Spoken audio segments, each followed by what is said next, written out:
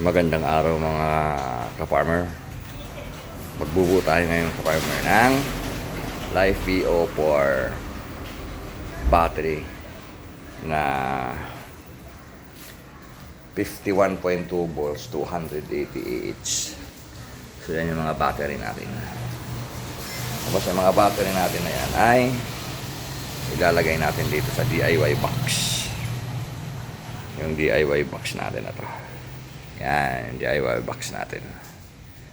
Diyan natin isasalpak yung mga battery na yan. Nakapagsalpak na ako ng 3. So, tutuloy ko lang ang pagsalpak mga ka-farmer. Okay?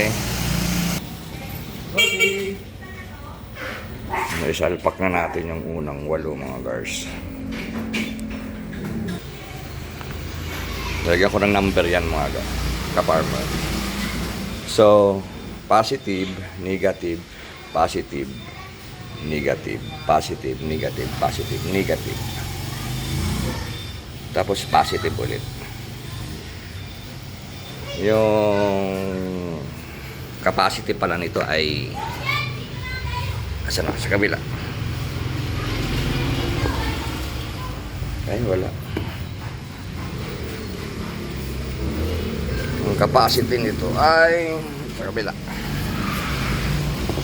Ayan. 3.2 volts, 280 Ah.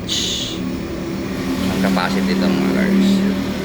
So, bali 16 piraso to para makabuo tayo ng 51.2 volts, 280 Ah.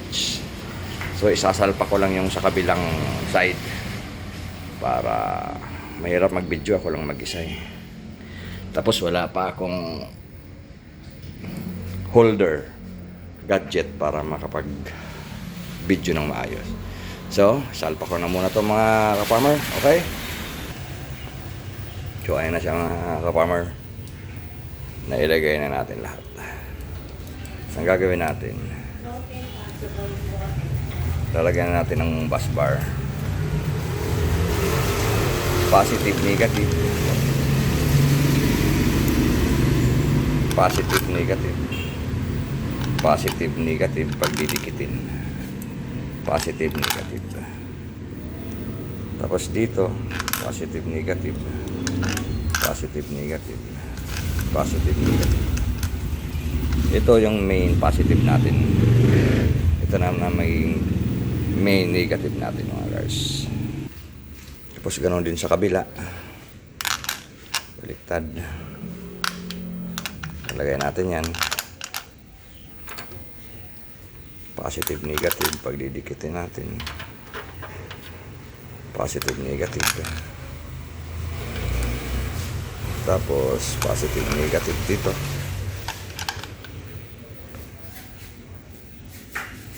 Positive, negative ulit dito. Positive, negative ulit dito.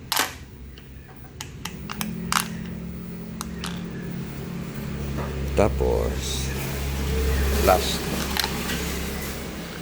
dito. Ayan na siya. Main negative, main positive. Tapos doon sa kabila, pagdudugtungin natin to kasi dalawang kwanto eh. So itong side na to, pagdudugtungin natin dito para mabuo yung 48 volts. So ito yon. Nilagyan ko muna ng kuwan doon. Mamaya ko na yan ididikit. Unahin ko na muna tong iba. Kasi nag-spark siya eh. So wag ko munang pagdikitin yan para hindi siya mag-spark. Okay? So hanggang dito na lang muna. Sa susunod na lang ulit yung iba pang gagawin.